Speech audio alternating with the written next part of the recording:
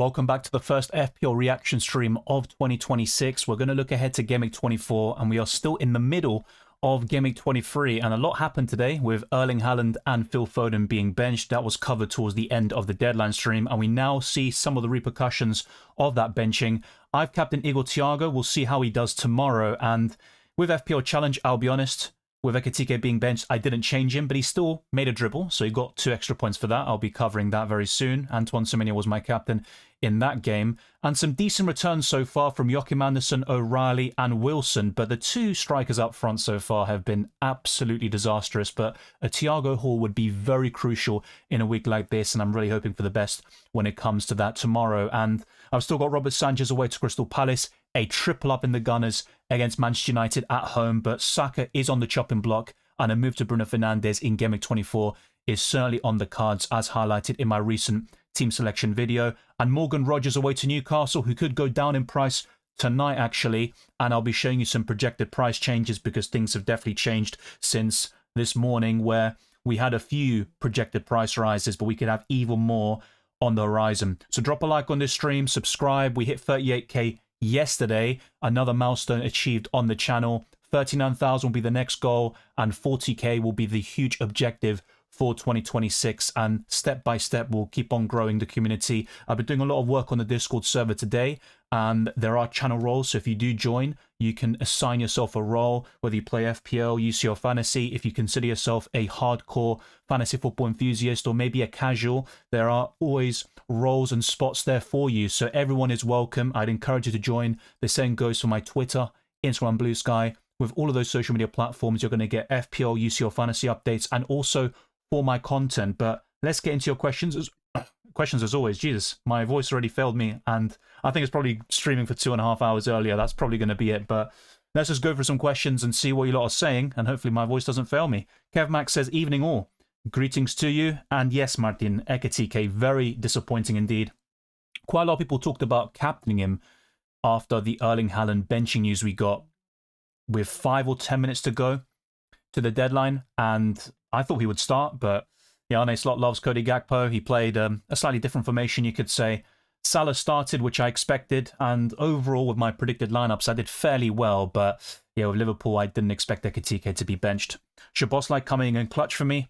Yeah, great return from him. 1 goal and 1 assist. That takes his tally to 3 goals and 2 assists for the season, but he has been fairly consistent when it comes to DEFCON and bonus points, and he's got a decent number of points in general, but he has probably been Liverpool's best player so far this season, and I wouldn't really advocate for him in FPL, but I think that's a great return this week. Hi Dylan, I'm doing Gordon to Fernandes, but do you think it's worth selling Ekitike, and if so, to who?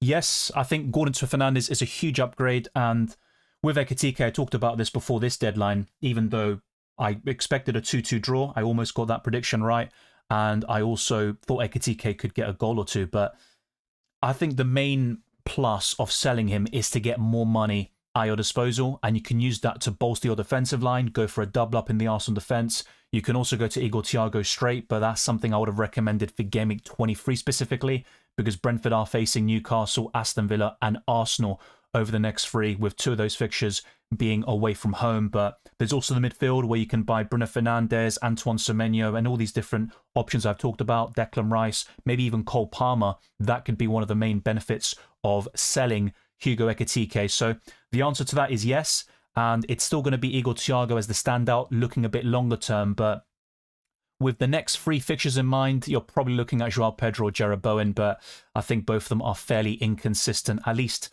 they can be quite frustrating. But Bowen, of course, a huge return today against Sunderland. He was in my top 10 captains, which might have been an unpopular opinion at the time, but there you go. He didn't do too badly in the end. Gakpo or Ekitike out first? Martin says both useless. Yeah, that's a very good way of summing up, I guess, but I'd still lean towards keeping Ekitike for now. The reason is because in the midfield you have more direct replacements for Cody Gakpo, and I just mentioned some of them in the recent reply, and I still think Ekitike is sellable, which I even discussed in my trans tips early in the week, and people disagreed, which is absolutely fine, and he still has some value to offer. But yeah, I think both of them are sellable. Gakpo probably first, and Ekitike someone you can gradually sell over the coming weeks as well. The thing is with Liverpool, by the way, they will have a fixture swing fairly soon, and you might be tempted to buy back an Ekitike if he can get consistent starts. But the benching today was completely surprising. I don't think he'll be benched in Gameweek 24. He'll probably start the next couple of matches. Sam says, I missed the Haaland news and captain him, was busy with kids, end of your stream. At least I swapped Foden for Semenyo, 20 points with 8 to play, but the captaincy hurts. Semenyo was my vice. Yeah, that's very disappointing. At least, I know it's not a huge positive, but Semenyo didn't get bonus points. But yeah, either way, his effective ownership wouldn't have been that high, so that probably still affected your rank negatively, the fact that he didn't get bonus. But I understand your frustration, and sometimes life gets in the way, if you will, and commitments will maybe prevent you from seeing that information. But that's why for FPL and UCL Fantasy, I typically just wait until the deadline streams and then lock in my squads, and sometimes you get that sort of added benefit, but not always. It has been a while since you got breaking news to that level, and Lazy FPL delivered on that front with Phil Foden and Erling Haaland being benched. But I would have missed it if people didn't point it out in the live chat, and they kept on sort of repeating themselves to make sure I saw it, which I appreciated because I was too busy focusing on other questions, and it's a good thing we all saw it together and relayed that information. I can't stand the balance of my team, especially defenders, will wildcard in Gameweek 24, making a push in my mini league and trying to roll until Gameweek 30+. Yeah, I remember we had discussions early in the week and you were quite bullish on wildcarding. I understand that, and you'll know your team better than I do, but I just look at it, and maybe you'll feel differently tomorrow, but a lot of the players you have aren't priority sells, and they could be gradually offloaded in the coming weeks, and timing is so important, and you just never know. Some of the players you bring in might get injured, suspended, or their form dips, and some of the players you sell start to rise in value, and also in terms of what they're offering with consistency, because that's how football and FPL can be sometimes. But yeah, a wildcard in 24, I won't say it will be popular, but people are warming up to that idea, and a lot is largely influenced by performances and the recent FPL output. Welcome, Sidindra. Good to see you again. I know it's very late in Malaysia. As you say, 4 a.m. Wow, that's insane. Hey, Dylan, currently on 34 points. Sorry, can't stay long. Congrats on 38k subs. Thank you very much. Catch up with you on the UCL deadline stream. Let's hope Thiago performs.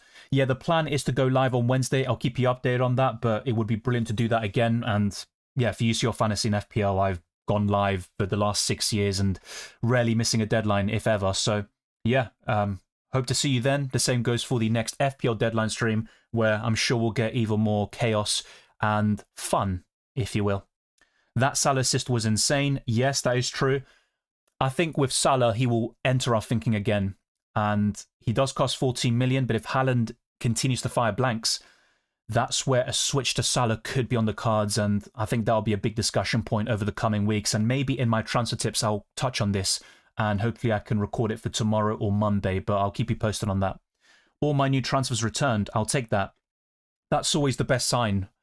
Even though transfers are also for the long term, when they give you that immediate goal or assist, it gives you a bit of peace of mind, and you can sort of have that confidence and self-assurance, and then probably not be prone to rash decisions and just switching players constantly. You want to give your players time to produce, and it's a good thing they've already hit the ground running.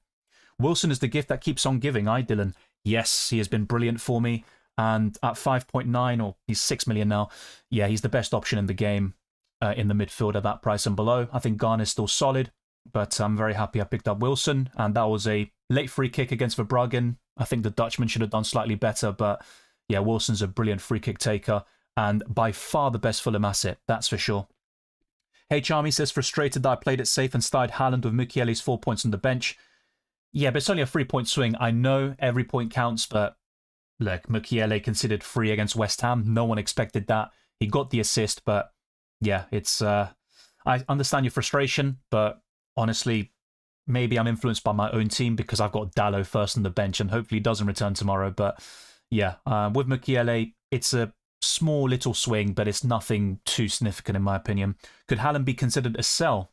Well, that's actually talked about in the description. I put that little message there. I think it could be considered, that's for sure. 1 goal in 9 now, and that was from a penalty. But I think Haaland will start the next game and get back to scoring ways. It's just about getting the minutes, and the fact he got that rest will be very beneficial to him and Man City in the long run. So it's not like Haaland is suddenly useless and we have to sell him, but the conversation is certainly there, and we can have a debate about selling him to a Mohamed Salah and maybe building a 15-man squad which comprises of Palmer, if he's fit, Bruno Fernandes and Salah in the midfield. That could look very solid. Yep, and you mentioned those two players as well, which is definitely on the right track. Defensively, there's Tarkowski, Daniel Munoz, Timber, Gabriel. You don't need to go for all of them simultaneously, but by selling Haaland, you've got more avenues in the game and you can go for something a bit different to the rest of the pack. Who should be sold first, Ekitike or Gordon? Difficult one to say here, because with Gordon, you've got more replacements. The best Ekitike swap would be for Igor Thiago, but the next three look quite poor for Brentford against Newcastle and Aston Villa away, followed by Arsenal at home. So I think the ceiling will be lower. I'm going to say sell Gordon first, but Ekitike is a sell, in my opinion. I talked about this a few days ago, and that could be another cash cow to buy Fernandes, Palmer, etc. Who would you get in first next game week? Definitely Bruno Fernandes for me, Cilindra. It might be boring and template, but I think long-term Bruno Fernandes is the best midfielder to buy right now. I think Rice would be just behind him, and Semenyo is also in the conversation. Agenor says, I captained Wilson today. Fair play, a late return there, and that made all the difference. 7-point swing or 8-point swing. Also, are Haaland's days of set and forget captain over now?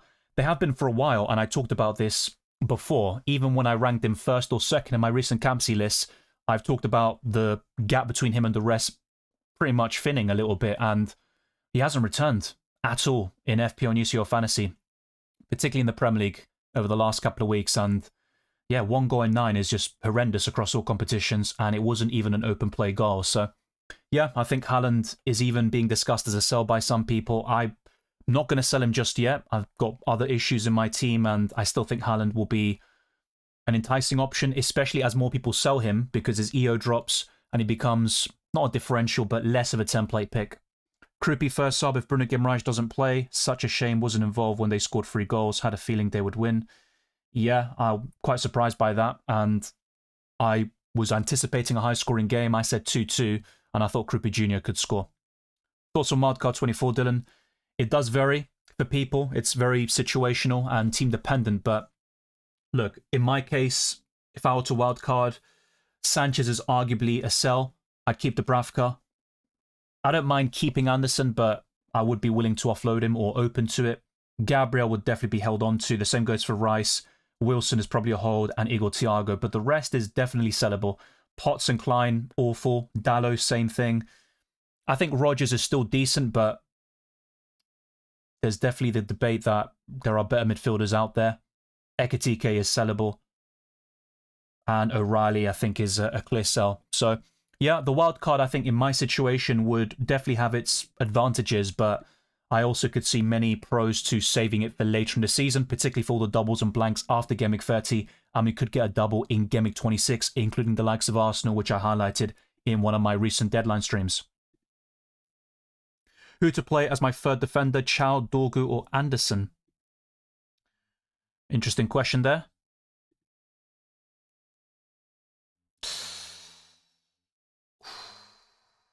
That is not an easy one. Okay, I'm going to go for Dorgu. Yeah, it's a close one between him and Anderson. I think United have the edge there. Hoping for triple Arsenal clean sheet.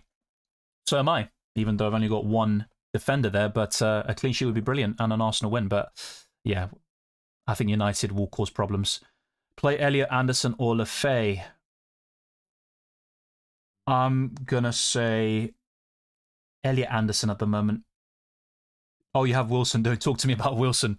I'll try not to, but people have rightfully highlighted his performance or his brilliant free kick towards the end. But yeah, when you get a late goal like that, it can be frustrating for non-owners. If I buy Fernandes, I need to sell Ekitike. If I get Enzo, just a straight swap from Sharda to him. I wouldn't mind selling Ekitike though, so I'd still be more inclined to buy Bruno. Thoughts on Adley as an option from Bournemouth? Yeah, so scored against Liverpool. I'm not really there yet. With Bournemouth, the main midfielder I was looking at was Tavernier, but he's out for a few weeks with a hamstring problem. I think if you're looking for a budget midfielder, Garner would be right up your alley, and Harry Wilson, much to Twisted Parky's dismay. Hi Dylan, so thankful for Wilson. He will also get maximum bonus points. Yes, he's going to get a 10-pointer, and someone in the chat captained him, so fair play. Yeah, I'm very happy with Wilson, and even when he does blank, I can forgive him because of the price tag, and He's a consistent and reliable starter for me. His underlying numbers are terrible, but the output is very promising. Rice or Mbumo, who to get first? I'd still prefer Rice. Mbumo's ceiling is higher, and he's going to score far more goals than Rice, but when you also consider assists, DEFCON, clean sheet points, although that's not going to be too relevant, yeah, I think Declan Rice would be the winner. But if I'm ranking midfielders right now, it would be Bruno first, Rice second, and Semenyo third. Had Tuanzebe on my bench.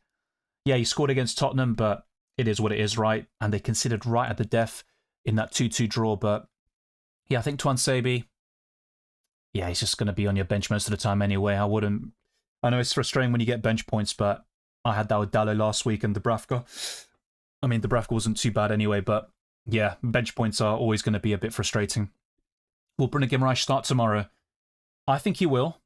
I was very conflicted about this in my deadline stream. So originally I went for Lewis Miley, and just as a gut feeling, because of the occasion and how important the game is, at least facing a inform and very consistent and reliable team in Aston Villa, I think Newcastle will just do everything possible to have Bruno Guimaraes available. So it all depends on his fitness, but that'd be my gut feeling. Let's see how it turns out. Donnarumma, Anderson, Wilson, Semenyo saving my team this game week. Only Ekitike. Yeah, he has been very frustrating recently. I talked about this as well. That's 3 blanks in a row in the Premier League. But you've mentioned some good performers there, and I wish I had Semenyo. I said to the guy top of my league before the game, I think I would have gone Wilson, captain. His other options were Palmer and Ekitike. Good shout from you.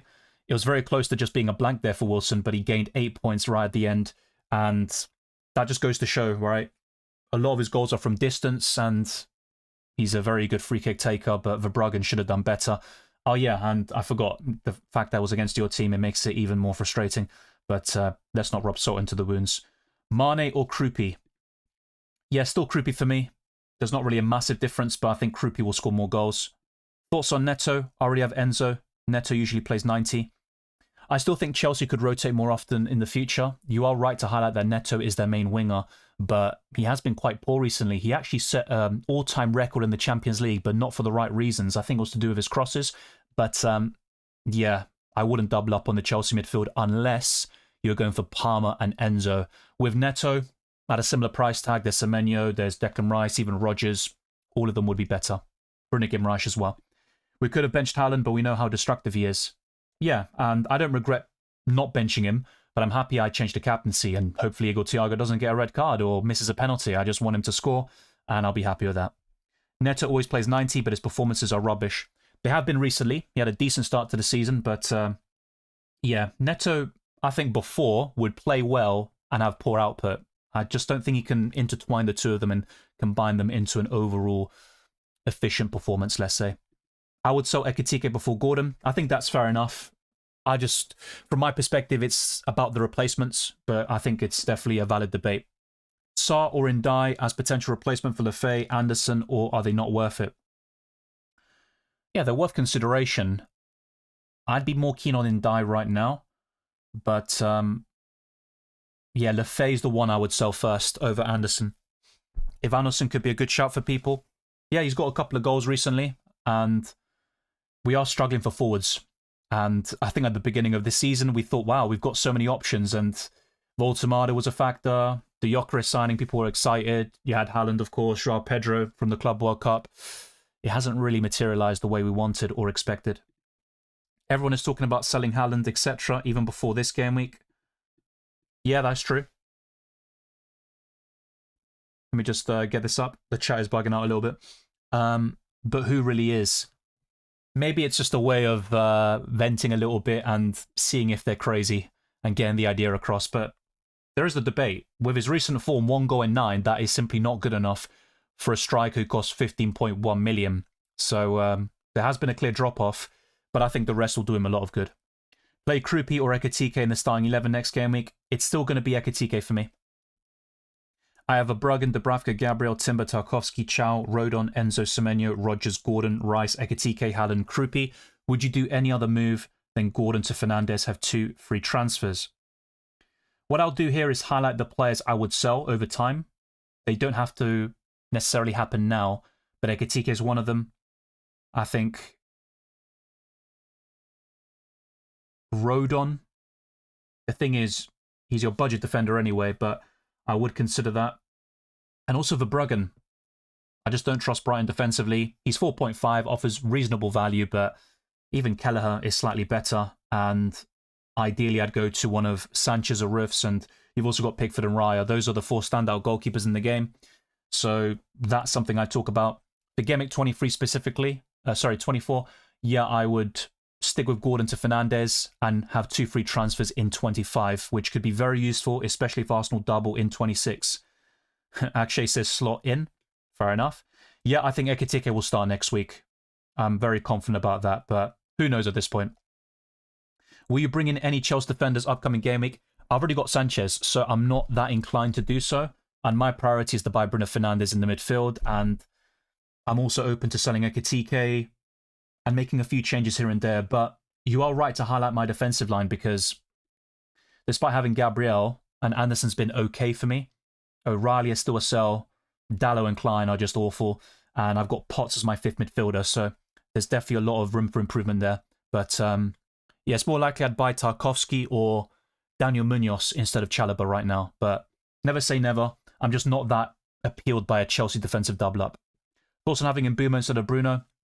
Well, I compared the stats earlier today, and you know what? We can go to that stats comparison again just to kind of build upon that conversation, but we'll see how they do against Arsenal tomorrow. Mbeumo's going to score more goals. He offers more open play threat, but Bruno's on penalties. He gets assists, DEFCON potential, and his underlying numbers are insane. For me personally, Bruno is still the pick. Mbeumo's the 2nd best United asset and one of the better midfielders in the game right now. I wouldn't mind doubling up short term, but I think in the longer run, Declan Rice would be a better option than Mbeumo, and having that diversity is also very crucial. Why didn't Ekitike start? He was my captain. I don't know. Liverpool fans will tell you that Arne Slot loves Cody Gakpo. But yeah, I'm surprised by that. But it is what it is, right? Ekitike is still going to start most matches whilst Isak is out. But yeah, maybe overthought it a little bit. The problem here is if he starts in the Champions League, which is likely on Wednesday, that's going to make people very nervous going into the weekend. It could be a managerial bounce for Man United, and you know they're going to lose to a weaker side. Yeah, but at the Emirates, I mean, Arsenal's record against United recently is very good, especially in the Premier League and in home matches. But yeah, football's football, right? And people didn't expect them to beat Man City 2-0, and it could have been more. They played much better than Man City on the day. And Bodo Glimt also got a nice result there against City. So yeah, you can never really tell what's going to happen. You can have your predictions and stuff. I will go through my scoreline predictions now. I was so close to getting a few right. I think Brighton-Fulham was the only one correct so far in terms of scoreline. Bench for Bruggen or Dubravka. I think for next week, it's a very close call. But yeah, I'm going to say the Bruggen. Yeah, just about. Harry Wilson's a legend. Best signing of the season. In FPL, he'd be up there for me. And I had Jimenez at the time and then did a sort of swap where I got rid of Jimenez for a different striker. Might have been Ekitike.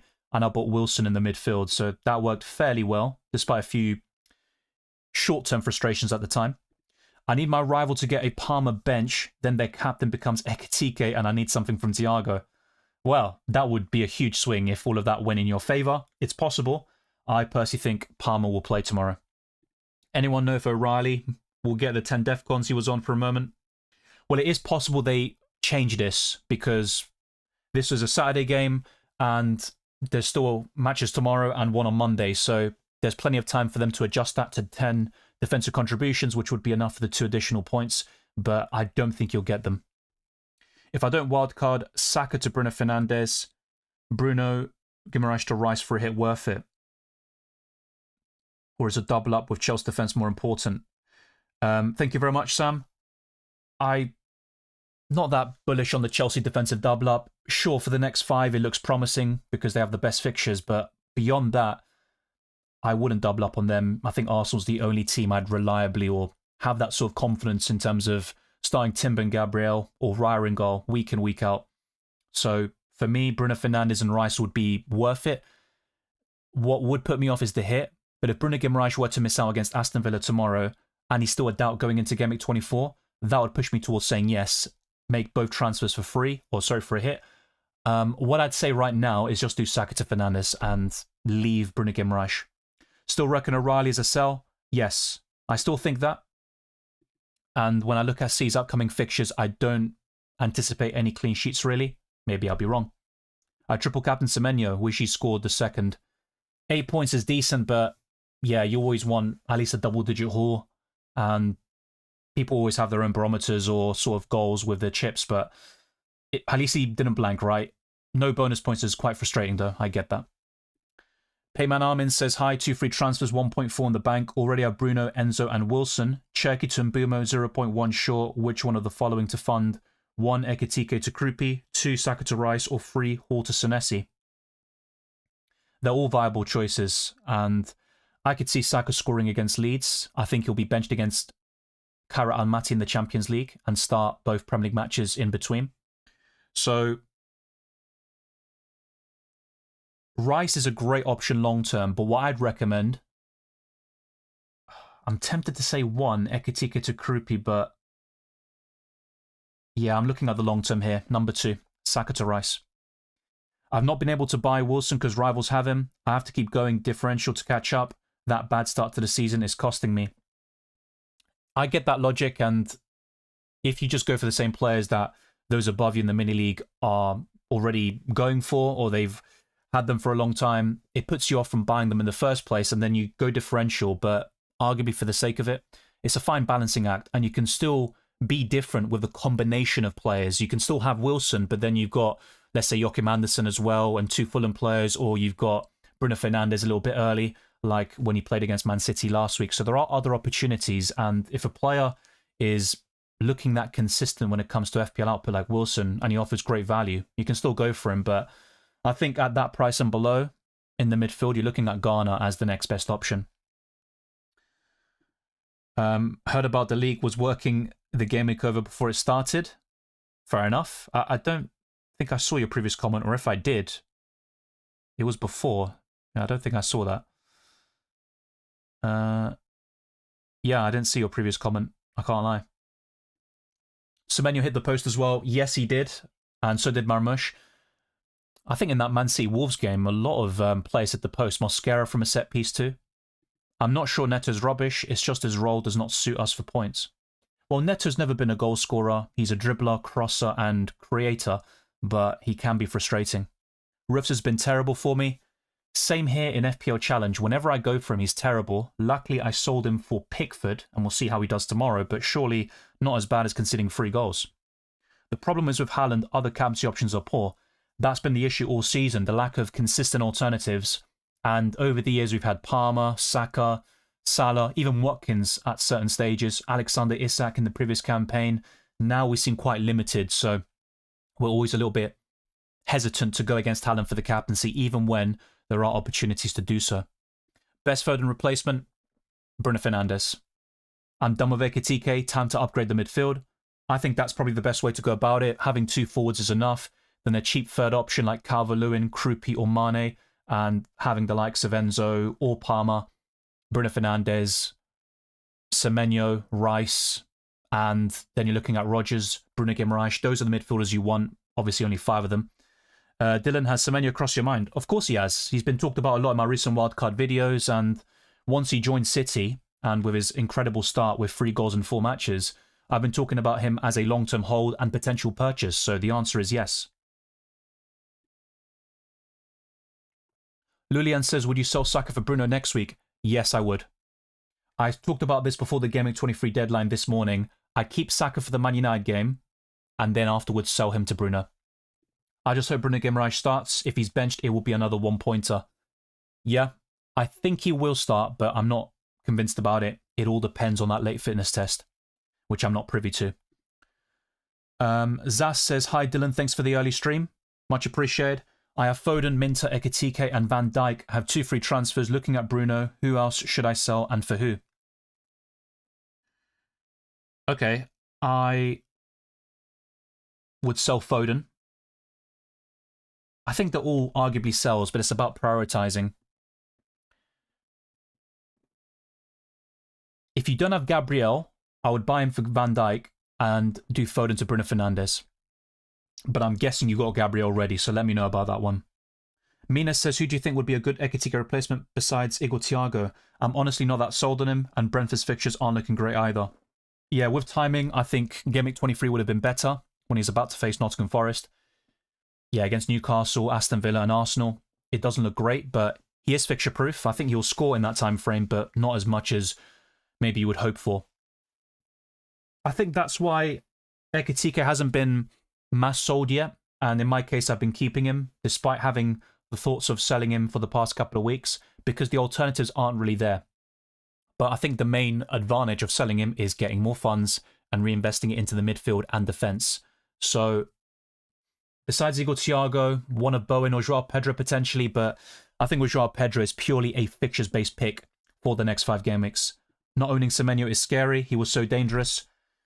I am tempted to buy him, actually. I've got 2 free transfers, and he could come in for Rodgers instead. Yeah, I think Semenyo will be part of my plans, but Fernandes is the priority. Rosenall seems a rotation-loving manager, so surely getting triple Chelsea is fraught with danger. I wouldn't recommend a triple up anyway, even over the next 5.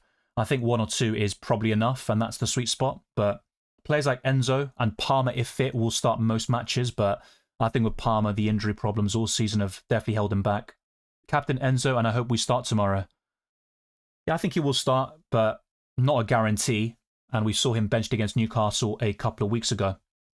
Twister Parky says Roofs, Timber, Gabriel, Chalobah, Foden, Bruno Fernandes, Semenyo, Rice, Thiago, DCL, Haaland, with Dubravka, Garner, Chow on the bench. Thoughts? Also in Mbumo, then in Dye, next transfers, or get one and go Munoz, etc. over Van de Ven. Okay, so Mbumo looks good, and people are talking about Ndai quite a lot, and he was in my team earlier this season. He was fairly decent for me. I'm just not sure if Ndai for Ghana, which some people have talked about, is really worth it. I think Ghana offers better value right now. Overall, I think you have the right ideas. But for me, yeah, Foden, I think going to Mbumo makes sense for you. That is a good point.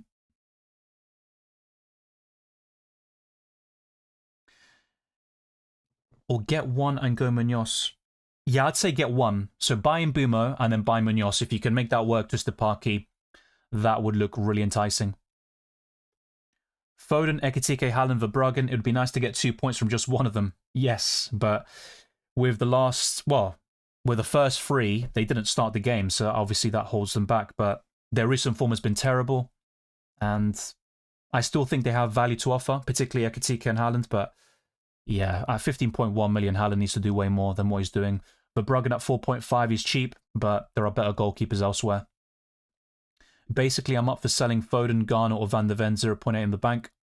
I don't think Garner's a sell, personally, but yeah, when you see Wilson returning so consistently, you do look a bit enviously towards other budget midfielders.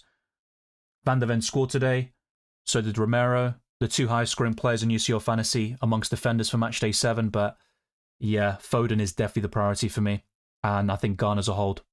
Can't get Enzo or Palmer due to rivals. Well, you still can. Once again, it's about the combination of players, and having both of them, for example, might be your differential way of covering Chelsea.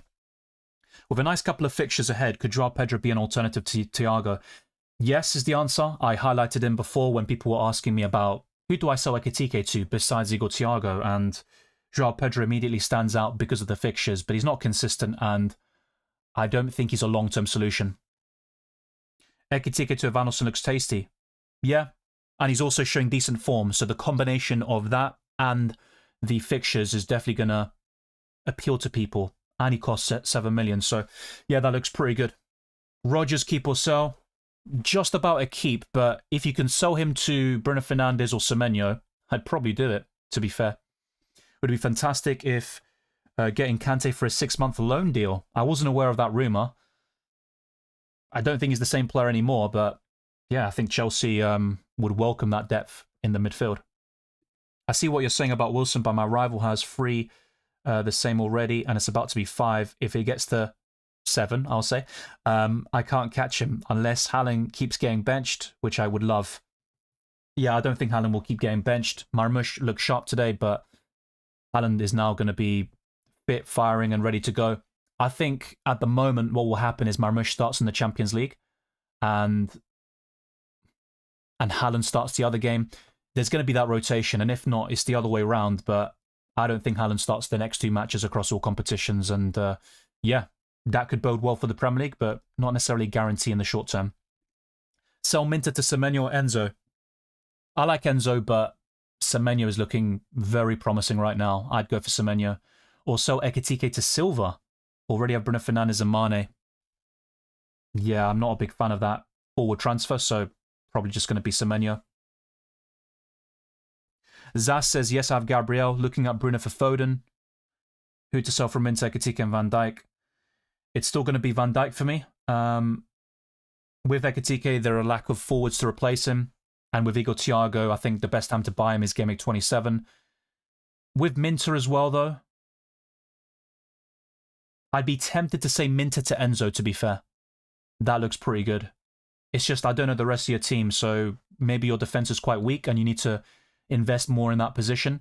So I'm going to say Bruno in for Foden and Enzo Fernandes to replace Minter. Thank you, Michael. Thanks for your content and expertise. How would you rank Mbeumo, Semenyo, Enzo, and Rodgers over the next 4-6 weeks? Okay, I would say...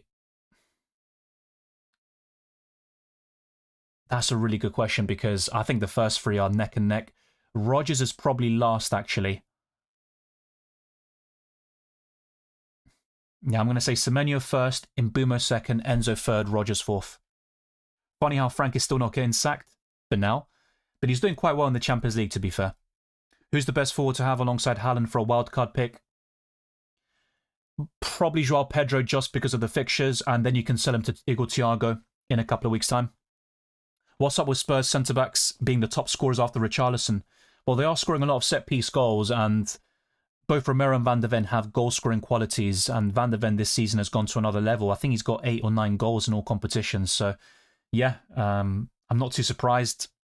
Maybe with the volume of goals they've got. But in terms of being up there with the top scorers, not really, because I think Spurs have unreliable finishers and attackers. Salah24 says, missed the deadline, captain remain on Haaland, still the team is strong to maybe avoid a red arrow. Well, that's the sign of a good team, right? If you forget to change the captaincy or you don't get the information in time. Yeah, just having a green arrow with everyone else performing. I think that bodes well for the long term, but you're going to get ups and downs for sure. You can't always get green arrows, unfortunately, but yeah, hopefully you can do so for Game Week 23. Wei Sing says, planning to do Klein and Cherky, plus Ekitike to Tarkovsky, Krupi and Bruno. Looks good to me. I have no complaints about that. You might want to consider Munoz instead of Tarkovsky if he starts tomorrow. That's another possible avenue for you. Thoughts on Foden to Mbeumo? Looks solid. And that's a more differential play compared to Bruno Fernandes, who will be bought by many managers, especially those engaged on Twitter and YouTube. I'm considering Dorgu as well. If he keeps playing on the wing, I wish I had Dorgu instead of Dalot, and I would have happily, just kept Dorgu over the next couple. I might end up doing that with Dalot anyway. I've got other priorities like, I'd say buying Fernandes in the midfield, selling Klein and Potts. They're absolutely awful. And Ekitike could also be sold to fund those other transfers, but yeah, I think Dorgu is fine as a 4th or 5th defender. Isn't Joao Pedro risky to get considering Delap is fit and ready? They can both play together though, especially if Palmer is still struggling with injuries or they're managing his minutes. I don't think Joao Pedro is a great pick, but if you're asking me now about a forward to buy for the next 4 or 5 game weeks, it's probably going to be Joao Pedro. Igor Thiago is the superior option long term, but it's a fixtures play, and I'm well aware that Joao Pedro is inconsistent. From what we saw today from Liverpool and how defensively vulnerable they are, should I still do Gordon to Enzo as I planned? Yes, but with the likes of Van Dijk, for example, he's still a sell. And I've talked about this for several weeks at this point. Ekitike was my favourite Liverpool option, but that has changed in recent weeks, and Salah could enter the equation again. Szoboszlai will have his moments, the same goes for Gravenberch, but yeah, I think defensively Liverpool are a complete avoid. But Delap played better under Rosenau. I'm hoping he becomes first choice. Joao Pedro will be better for cup games. Yeah, I get that. And Bowen would be a safer pick. If you just want to keep it simple, Igor Thiago and Haaland, and just cheap out your third option and invest the money in the midfield. I think that's the way to go about it. But from a fixtures perspective, I think a lot of people will be tempted to go for Joao Pedro over Thiago. Mario Rodriguez, good to see you. Hi, Dylan. Which one to bench out of Van Heck, Tarkowski, or Wilson? I just wouldn't bench Wilson at the moment. Tough one here. You've got Brighton, Everton facing each other. That could be a difficult one to call. I'm going to say Van Heck on the bench, actually. I just think Tarkowski's more likely to get DEFCON. I expect both Brighton and Everton to score, so that'd be my advice. If you can stay on here, what tools do you rely on? Oh, if you can stay on here, what tools do you rely on? The Hub, Plan FPL, FPL.team. What are the advantages of paid, and what is your top 5 or 10 sites? Yeah, so FPL.team, live FPL.net, which I use to update my rank and stuff like that, even during a game week like I'm doing now. You can also view your team in the future with livefpl.net and see the projected price changes, which I'll show you very soon, by the way. Fantasy Football Hub, I do have a paid membership, but it's like a lifetime, essentially, so I do have that. I think in terms of the benefits, you just get more access to data. You can manipulate a little bit more and change the parameters and look ahead to the next 8 game weeks if you wish, the next 2 or 4. Whilst if you just had if you're just a free member, you are only restricted to certain things and you can't see all the predicted points that you want. But yeah, I think it's quite useful. You've also got like an AI tool if you want to use that with suggested transfers, and it gives you an idea, but I wouldn't rely upon it. It's just like a guide, and it can give you inspiration for certain moves you can make and also chip strategies. But yeah, those are 3 of the best websites to use in my opinion. Yeah, and livefpl.net would be the other one. So yeah, if I do think of any more, I will let you know. Is it still worth buying Wilson? I may have underestimated him. Yes, I think so, but against Man United away, I'm not so sure about the specific timing in terms of Game Week 23. But yeah, Fulham have decent fixtures overall up until Game Week 32. There is Man City away coming up fairly soon, but I think defensively City still leave a lot to be desired. So I think with Wilson, you probably look at buying him in 25, but I wouldn't mind getting him now against United. I just don't think he'll return personally, and I'm probably still starting because I'm quite limited with the options. Can't consider Palace assets anymore as their internal situation is intense. It's still a consideration for me. Munoz could still help him quite a lot, especially defensively, and offer some attacking threat. I understand why you're maybe not too keen, but I think it's good to be open-minded, and with Munoz, he is one of the better assets they have to offer. He does cost a lot of money, so you need him to get some clean sheets, but he's got so many avenues to points, and I think he'll still be fairly decent. I don't think Joao Pedro and Delap will ever start together, maybe after subs.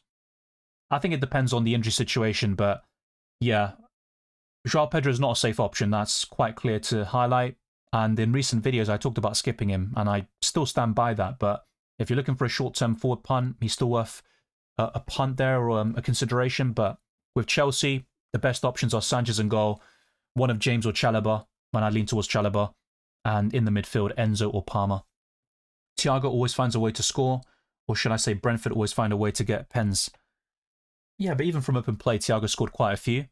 Yes, a lot of them have been penalties, but yeah, Thiago is a solid, consistent option, and that's quite rare nowadays when it comes to forwards. Thanks for the Wilson info, big man. Thank you, Larry, for life. Brobby and Mane seem to rotate well as the second striker for the next few weeks. Yeah, Brobby's worth consideration. He's been in good form, and they all started with the goal against Arsenal in the 2-2 draw back in November. But yeah, Brobby is a good shout. I haven't really talked about him a lot, and I think that is definitely worth highlighting. Okay, so what I'm going to do now is show you some different screens. Let's actually go to the DEFCON and breaking down the bonus points first. So for West Ham 3, Sunderland 1, the bonus points were awarded to Jarrod Bowen, who got a goal and assist, Matheus Fernandes, who scored a brilliant goal and hit the crossbar, and both Brobby and Somerville share 1 bonus point. When it comes to DEFCON, Siddiqui, Ballard were the only players to get defensive contributions. In Burnley's 2-2 draw against Tottenham Hotspur, the bonus points were allocated to Odegaard, Romero, and Dubravka. With defensive contributions, Florentino Luis, Esteve, Bissouma, Xavi Simons. They were the only players to get DEFCON there. In Fulham's 2-1 win against Brighton, and I'll show you my scoreline predictions fairly soon, by the way. Harry Wilson gets maximum bonus points, Ayari gets 2, and Joachim Andersen gets 1, which is very useful indeed. With DEFCON, Cuenca, Andersen, Castagna, Ayari, Beleba, and Dunk. Wow, that's a lot of defensive contribution points in that game. In Man City's 2-0 win against Wolves, the bonus points went to Mateus Nunes, who started the game. That was a bit of a surprise. Marmoush and Donnarumma got 2. And with DEFCON, João Gomez was the only player. Nico Riley was so close. At one point, they awarded him DEFCON, but they have changed it, and hopefully they do a small modification before the Gameweek 23 fixtures conclude. And finally, in the Bournemouth 3 Liverpool 2 game, an absolute thriller, the bonus points went to Szoboszlai, who got a goal and assist, Adli, and Evanilson. With DEFCON, Cook, Adli, Senesi, Hill, Truffer were the only players there to get DEFCON, all from Bournemouth, and that wraps up the data analysis of the matches so far. With the FDR until Gameweek 29, Bournemouth are top, Chelsea, Liverpool, Aston Villa and Crystal Palace complete the top 5, and those near the bottom include Brentford, Spurs, Newcastle, Leeds and Arsenal. Even Man City are right down there, and with Brentford you can see over the next 3 it looks very tough on paper, and that's why buying Igor Thiago could be slightly awkward this week. With predicted points, we have a new leader in Bruno Fernandes, who will be such a template pick moving forwards. Salah, Haaland, Ekitike and Gabriel are in the top 5, so Haaland is down to 3rd. Mbeumo, Rice, Saka, Thiago and Mateta are in the top 10, so a few surprises in there for sure. So Kevin Schade and Bruno Fernandes could rise tonight. And with price falls, Mateus Nunes, Foden, Kamara, Gvardiol and Trossard. I know Fernandes is probably going to go up, but my advice is to wait until tomorrow's match at least. And we've also got the Champions League on Wednesday, so it's probably best not to not to make early transfers if you can. Also the Europa League to bear in mind, so yeah, it can be a bit awkward making those early moves. So let's show those Fernandes and Mbeumo stats.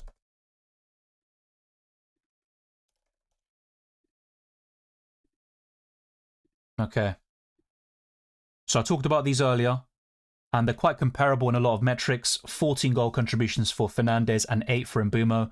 Fernandes has played more minutes and started several more matches. In terms of shots in the box, Mbeumo does lead that, and he's got double the number of shots on target, but Fernandes has 47 shots. The XG is 6.92, which is inflated by the penalties. Mbeumo offers 6.2 and far higher from open play, but the expected assist is quite promising for both, and Fernandes is still better there. 12 big chances for Mbeumo and 10 for Fernandes, but look at the big chance created, 15 for Bruno and 62 key passes. Mbeumo's numbers are good, but Fernandes is on another level with DEFCON potential, penalty duties and more assists from set pieces and open play. So this was the sort of updated wildcard squad I talked about before the Gameweek 23 deadline, and there will probably be several changes for the next edition coming up soon, targeting fixture swings and also informed players. So keep your eyes peeled for that. Even Mbeumo could make his way in here, Dorgu and a few other options. So I think there's definitely potential to improve this a little bit more.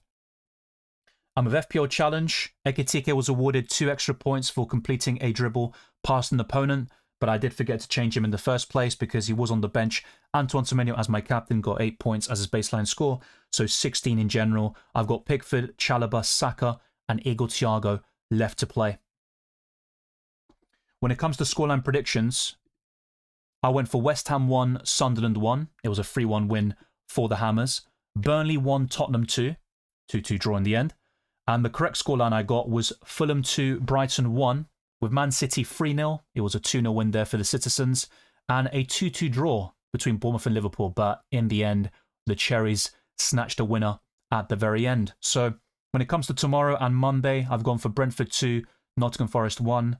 Crystal Palace 0, Chelsea 1, Newcastle 2, Aston Villa 1, Arsenal 3, Manchester United 1, and Everton 1, Leeds 0. So I think that pretty much covers it. with predicted lineups, I'll show you how I did, but with most of the teams today, I got 10 right, and I think with West Ham, I got 11 out of 11. With Sunderland, it's worth mentioning that Xhaka did miss out, so that was, yeah, a surprise, and he is a doubt now going into Gameweek 24. The Black Cats will definitely need him available. So the bonus points should have been added by now, and they have indeed.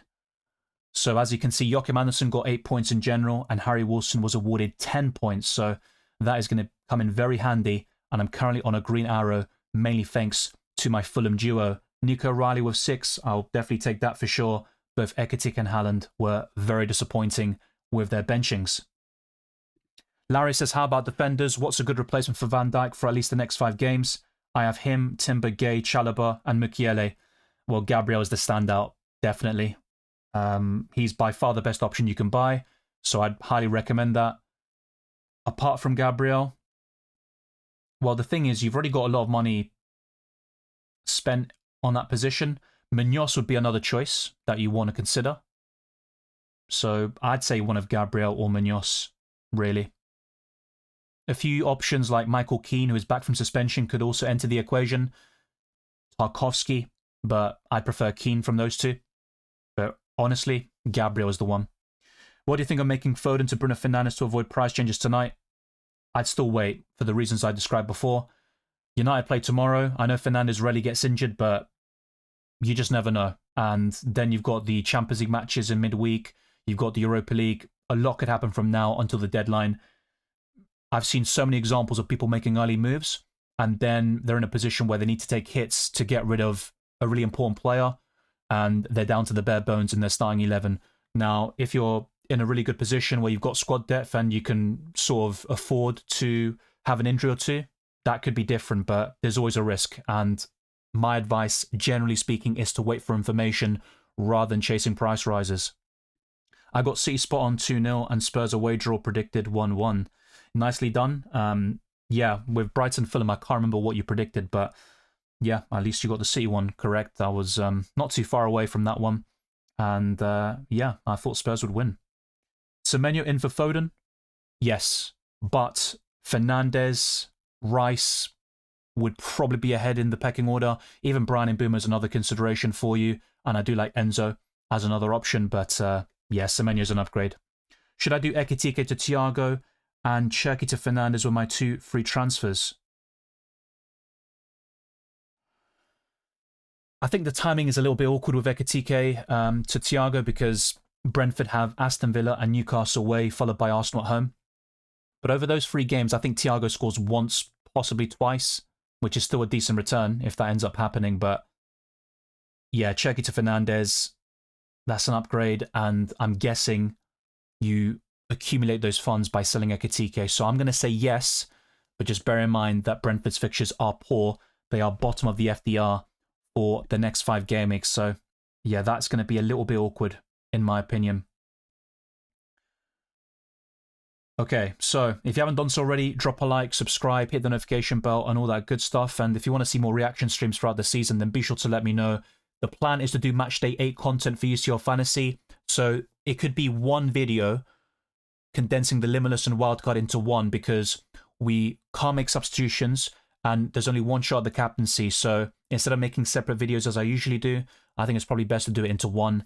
And the Wildcard could be used to cheap out your bench and essentially reflect and match Limitless users with the starting 11. And then my team selection will be covering a different approach because I've got no chips available for the Champions League for the rest of the season. We do get unlimited transfers in match days 9 and 11, and we get even more moves at our disposal for the knockout stages. The same goes for a 5 million increase to our budget. It's all covered in my chip strategy guide, which I made early in the season. I also did one for FPL, which will give you plenty of ideas, and my advice for this game is to use all the chips, if not the majority of them, after Gameweek 30, and we could get a double Gameweek in 26, including the likes of Arsenal as well. Thank you, Ben. Much appreciated. Dryhill says, I have Fernandes, Rice, Saka, Wilson, and Foden. Was looking to move Foden, Saka out for Semenyo and Timber. Yeah. Looks good, but how would that work? Because you're selling Saka and Foden, but who would you get apart from Semenyo in the midfield. So Timber would be your other Arsenal asset. I'm looking at something similar, by the way. But who's your midfielder replacement? In this case, I would say Fernandes. I think that's the one to go for. Hacky says, is it worth a -4 to bring in Fernandes and Rodgers for Saka and Bruno Guimaraes? I would just do Saka to Fernandes for free. Bruno Guimaraes is a hold, especially if he starts tomorrow. I don't really see it worthwhile in terms of selling Bruno Guimaraes for a hit to Rodgers. As much as I like Rodgers as an asset still, yeah, I don't think it's really a viable transfer. I've seen a lot of people talk about a hit for Bruno Guimaraes out. I'm not really on board with that, to be honest with you. In terms of other midfielders, Enzo Fernandez or Palmer, Mbumo, Declan Rice is a brilliant option. If you don't have him, I'd highly recommend it, but not for a hit. I think that'd be a step too far. And for what it's worth, I think Saka could do well against Leeds, but long term, I think Rice offers better value, and Bruno Fernandes looks like the best midfielder for the next month or two. So my transfer plans were outlined in my team selection recently, and at the moment, what's likely is selling Saka to Fernandes with the sort of conscience that Saka can do well against Leeds, but it's a long-term move, and then buying Timber for O'Reilly. But short-term, I can also look at Chalobah, Tarkowski, Michael Keane, Daniel Munoz instead of Timber and diversifying my defensive line.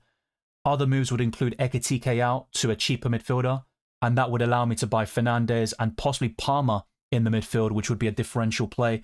Maybe even Salah, if I can force that, but that's probably going to be a step too far, and it would require selling Erling Haaland in the process. Probably Dewsbury Hall or Enzo, says Dryhill. Yeah, Enzo for me. Now, Dewsbury Hall is definitely an option to consider. He's on the verge of returning, but I think Enzo Fernandez would be the one there.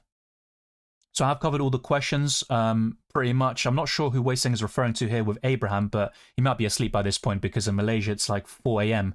I do appreciate people who stay up until that late and people watching from all over the world engaging with the content for both FPL and UCL Fantasy, but there's a lot more headed your way. As I mentioned, not just the UCL Fantasy content, but also for FPL, there will be a transfer tips video coming up very soon, the best wildcard squad, and my team selection, and more deadline streams to come for sure, with more late drama like we got with Erling Haaland today. If you haven't done so already, like this stream, subscribe to my channel, and also the notification bell so you're always up to date on my content for both fantasy formats, which I'll cover until the end of the season. And let's get this stream to over 100 likes and closing on new goals like 39,000 subscribers on YouTube. We recently hit 38k. In fact, that was done yesterday. So a big shout out to the community and join my Discord server. We're looking to build that to even bigger numbers. I did a lot of work today to just improve the server. It's a great community to be a part of, and the discussions are always lively on there for both UCL Fantasy and FPL. A lot of great ideas in there and support. So you are always well prepared for every single deadline. There's my Twitter, Instagram, Blue Sky, Dylan RCM. You can find me on Reddit. And there is my FPL League as well. Join my FPL Challenge 1-2. The links are in the description. And also check out my Spotify. Leave a 5-star review. It goes a long way to supporting my channel. Yeah, you missed the drama today. That's both good and bad, I guess. Good for your heart rate if you take FPL that seriously. And yeah, it was fun. I didn't really panic, but it was a big surprise to get the information that late, I think. But I did talk about the possibility of Haaland being benched either against Bodo or Wolves, and ended up happening, and I changed my captaincy. Let's see if Igor Thiago can deliver tomorrow. Mario says, Fernandes or Haaland captain next game week? Fernandes, and I talked about this before the Haaland benching. So in my team selection, I previewed game week 24 with the proposed transfers of Timber and Fernandes, and he was my my provisional captain for game week 24. So that'd be my early sort of thoughts on it. It could well change though. Best 4.5 defender. Mukiele is still up there. But, yeah, Joachim Andersen's 4.6. Michael Keane is 4.8. They should all be considered, but Van de Ven 4.6 as well. Yeah, 4.5 specifically is probably going to be Mukiele or Alderete still. Maybe there is someone I am overlooking. So I'm going to have a look at that. So defenders at 4.5. Yeah, I'm going to probably stick to that, mate. Mukiele is probably my favourite. Dorgu? I'd probably say Dorgu with the next few fixtures in mind, but rotation is possible. So against Man City and I think Arsenal tomorrow, United will have that sort of same structure. But in easier games, so to speak, that's where Dorgu could be benched or play in a deeper position. But I think that would be my pick right now. Patrick Dorgu. It was funny because I had Haaland captain and Foden playing. Yeah, that's far from ideal. You're not the only one, by the way. With Foden, I predicted him to be benched from the get-go. And yeah, once I got the information, I put Marmush cheekily in my predicted 11 over Haaland. But yeah, it was a bit of a bombshell. We might even get more from now until the end of the season, but it is definitely less common than it was a few years ago. Thank you, Mina. Much appreciated. And I also want to thank you for becoming a member recently. I think it was in today's stream, actually. I only have 4.5 in the bank, plus I already have Mukiele. I'm going to say Dorgu then. I'm a bit conscious about having two really cheap defenders, but yeah, I think it still works for you, especially if you have Gabriel, maybe a double up in the Arsenal defense, Chalobah, Tarkowski. Keane is a good option for some people, and Daniel Munoz. But yeah, Dorgu would be my simple answer to your question, Sydney. Thank you, everyone. If you want to continue the discussion, leave a comment, and also let me know your favourite captaincy options. Who do you have playing tomorrow? Did you switch to captaincy from Haaland for Gameweek 23? And what are your transfer plans from now until the end of the season? Are you playing UCL Fantasy? And what are you looking to do for Match Day 8, where we get all the games happening at the same time? It's going to be a unique situation, which we also went through last season when I went live for every single deadline. And that is the plan for this season as well. Take care, enjoy the football, and all the best of luck for the rest of Gameweek 23 and the rest of the season. And there's a lot more FPL and UCL Fantasy content to look forward to.